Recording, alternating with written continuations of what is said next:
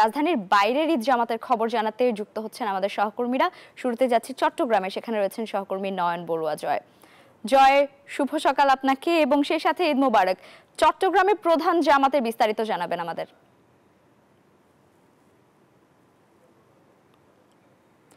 দর্শক, আমরা নয়ন বড়ুয়া জয়ের সঙ্গে সংযোগ স্থাপনের চেষ্টা করছি, আশা করছি তাকে খুব শীঘ্রই আমরা পেয়ে যাব।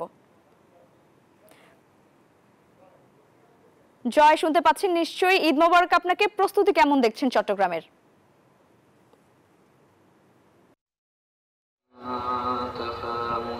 ঈদ মোবারক আপনাকে। আপনি যথার্থ বলছেন যে পবিত্র ঈদ উল ফিতরের যে সূচনা, সেই সূচনা বলতে যে নামাজ আদায় যে জামাতের প্রধান জামাত চট্টগ্রামে অনুষ্ঠিত হবে। তো তার কারণে মুসলিমরা আমরা দেখছি যেহেতু 8টায় জমিতুল ফালা মসজিদ ময়দানে এখানে লাখ লাখ মুসলিমদের সমাগম হবে, এখানেই নামাজ আদায় করবেন। তো প্রতি বছরের ন্যায় এবছরও তার কোনো ব্যতিক্রম আমরা দেখছি না। মুসলিমদের ঢল নেমেছে জমিতুল ফালা মসজিদ ময়দানে। বিশ্ব মসজিদ নামে খ্যাত এই মসজিদটি, এখানে প্রথম এমনকি প্রধান জামাত অনুষ্ঠিত হবে চট্টগ্রাম সিটি কর্পোরেশনের আয়োজনে।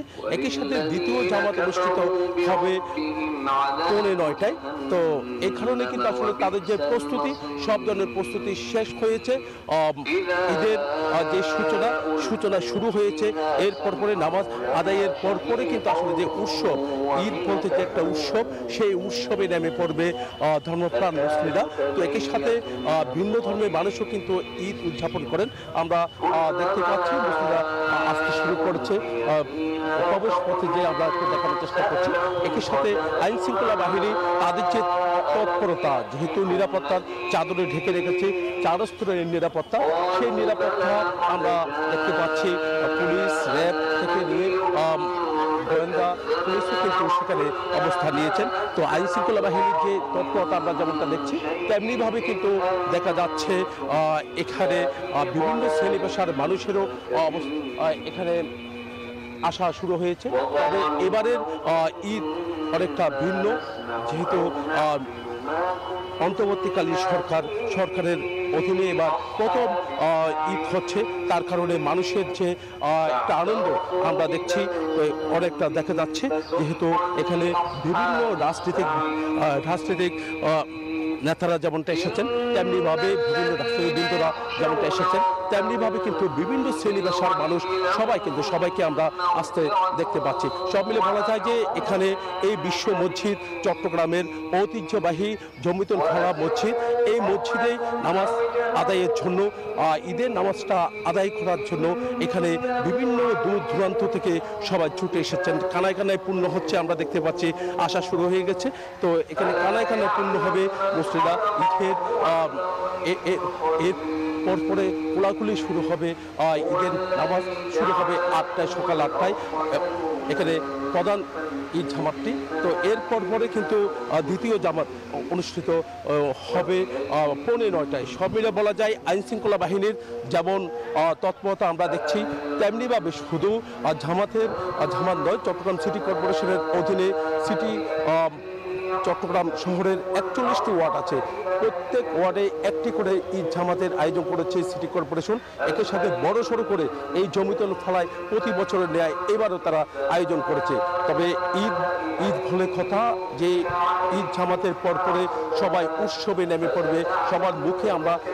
সবার মুখে এমনকি চোখে আমরা অনেকটা হাসি দেখছি, তারা চোখে মুখে যেমনটা হাসি দেখছি তেমনিভাবে আনন্দ উপভোগ করবে, এমন আশা তারা করছেন। এই ছিল আমার এখানকার সর্বশেষ। ফিরে যাচ্ছে আমার সহকর্মী, অপেক্ষা করছেন রাজশাহীতে মর্তুজার কাছে।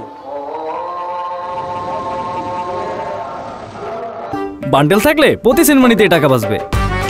বিকাশ সেনমানি বান্ডেল কিনে জিতুন প্রতি লেনদেনে।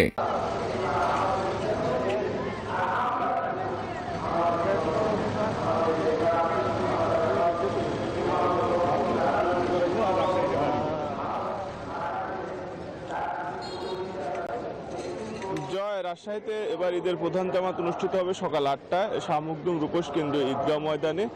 এর পাশাপাশি অন্যান্য যে ঈদগাহ রয়েছে সেখানেও সকাল 8টা থেকে 8:30টার মধ্যে ঈদের সকল নামাজ রাজশাহীতে অনুষ্ঠিত হবে। রাজশাহীতে এই মুহূর্তে এখনো নামাজ শুরু হয়নি, তবে দলে দলে মুসল্লিরা ঈদগাহ ময়দানের দিকে আসছেন। এর পাশাপাশি এখানে যদি বৃষ্টি বা কোনো প্রতিকূল আবহাওয়া তৈরি হয় তবে শাহ মখদুম রূপস মাজার শরীফে কিন্তু এই নামাজ অনুষ্ঠিত হবে এবং যদি মুসল্লির সংখ্যা বেশি থাকে তাহলে দুইটি নামাজ কিন্তু অনুষ্ঠিত হবে 30 মিনিট পর পর। আর এছাড়া রাজশাহী সাহেব বাজার বড় মসজিদে সকাল 8টায়, নগরের টিকাপাড়া ঈদগাহ মাঠে ঈদের দুটি জামাত অনুষ্ঠিত হবে। প্রথমটি হবে 7:30টায় এবং দ্বিতীয়টি 8:30টায়। এছাড়া রুয়েটে সকাল 7টা এবং রাজশাহী বিশ্ববিদ্যালয় সকাল 8টায় ঈদের জামাত অনুষ্ঠিত হবে।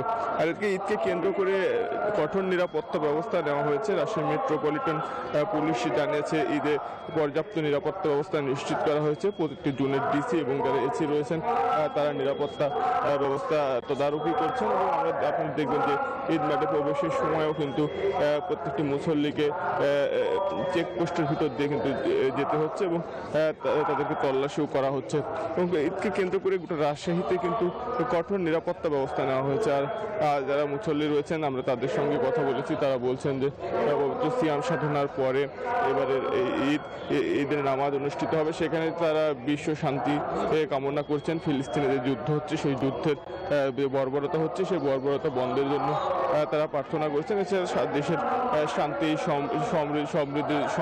সমৃদ্ধির জন্য তারা প্রার্থনা করছেন। এই ছিল রাজশাহী থেকে ঈদ জামাতের সর্বশেষ খবর। লাইবা মুর্তজা, ধন্যবাদ আপনাকে।